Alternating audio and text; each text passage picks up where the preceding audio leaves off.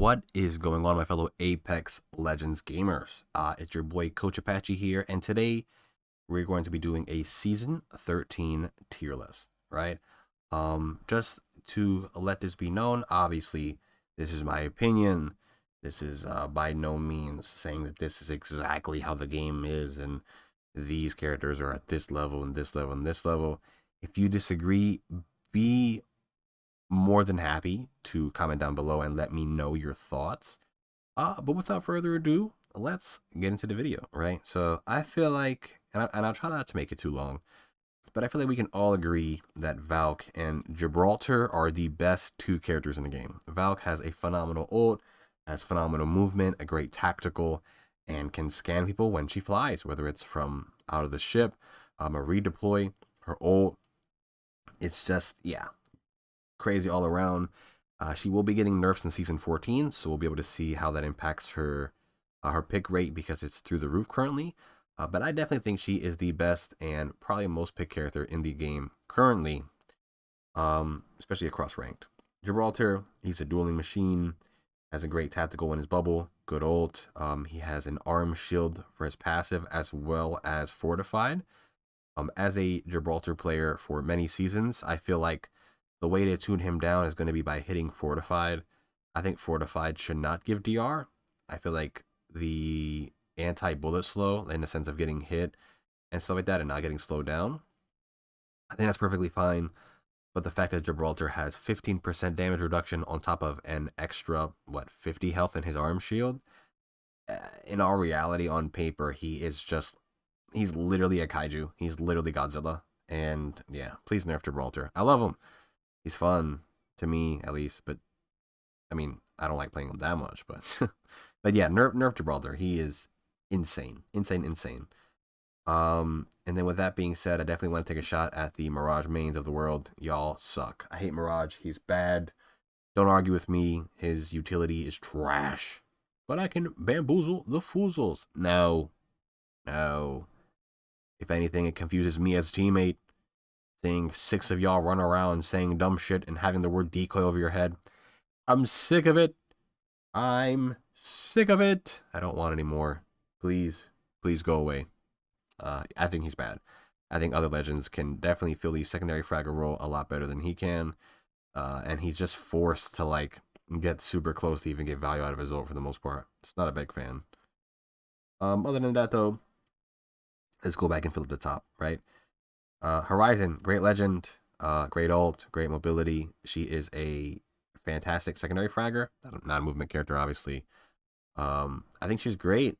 I don't really see her needing a nerf. I feel like her current state is pretty balanced, especially compared to where she was originally. So I think she's great. Definitely an A tier character. Yeah. Next one is going to be Seer. I don't think Seer is busted, but I do believe that Seer is in a very, very good spot. I definitely could see some adjustments being made to him.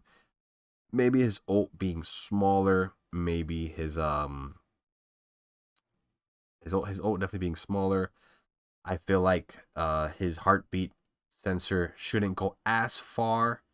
But other than that, I feel like I would leave him alone for the most part. But yeah, I think he's a great character. Needs slight tweaking, but he definitely deserves to be an A.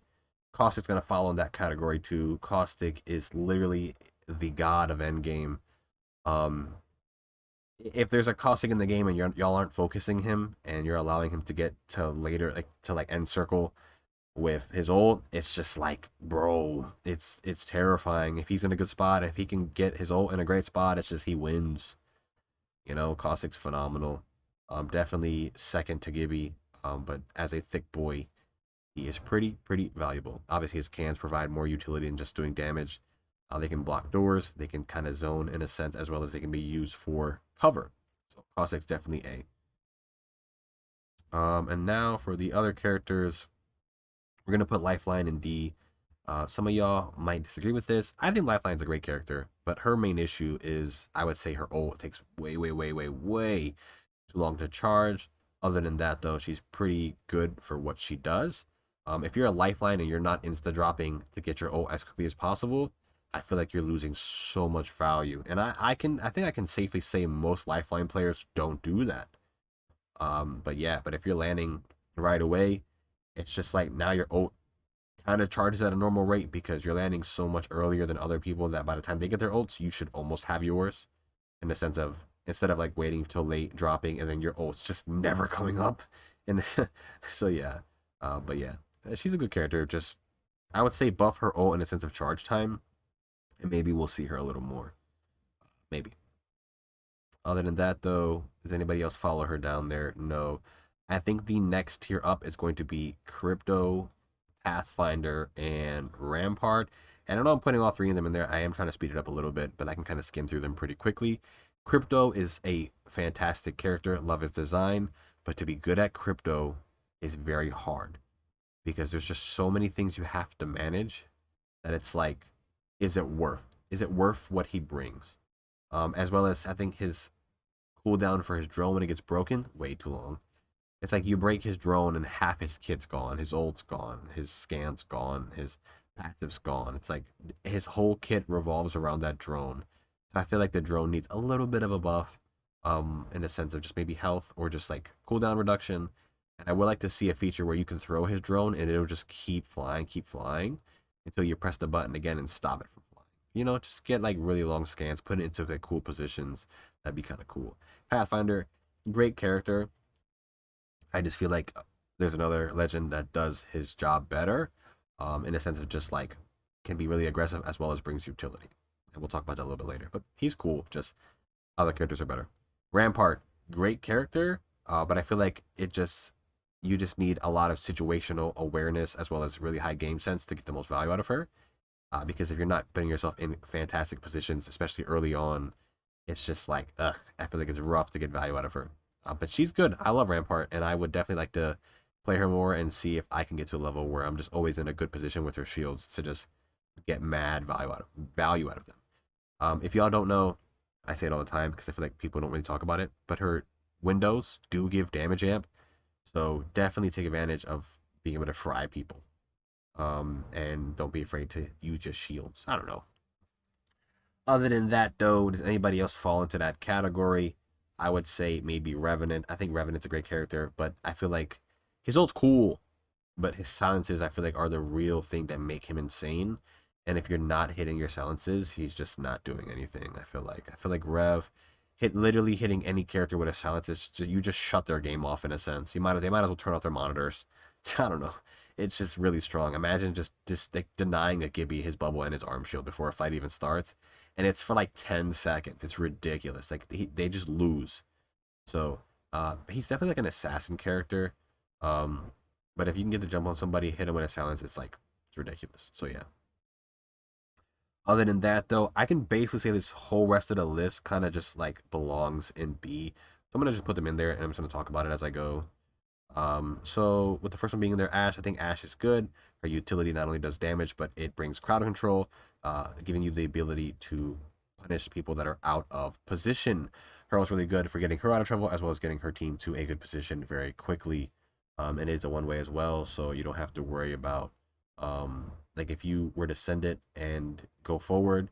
I mean, it sucks in a sense of not being able to go back through, but it's also one of those things where like if somebody follows you through, it's predictable in the sense of like you can position yourself to fight them as well as they can't run back. You know what I'm saying? Or nobody can use it once you've gone in. People can't use it to run away. Unlike the Wraith portal, where if you poured in and you don't catch somebody, somebody can kind of just walk through and use it to get out instantly. Bloodhound, Scan Legend, really great. Obviously, he is an OG. We all know how he works, so I don't really need to go too much into depth about him. But Seer's just better in the moment, I would say. Seer has a scan that as well can silence and cancel abilities, as well as his ult is just pretty phenomenal. It's like if you can put it in a great spot, it's just better than Blood. So yeah, I love Blood. I think Blood's a great character. I think Seer is just a little bit better.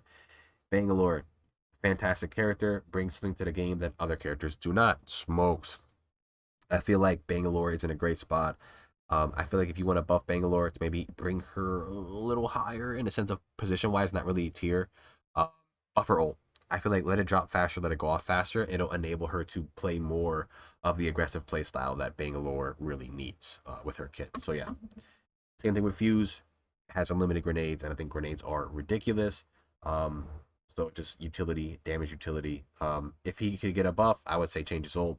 Maybe make it into a, instead of making a circle, make it like fill in the circle, but it's kind of like a napalm grenade in a second, where in a sense where you can aim it, shoot it through windows instead of shooting it straight up, and just like kind of like being able to just like completely zone out floors of a building and things like that.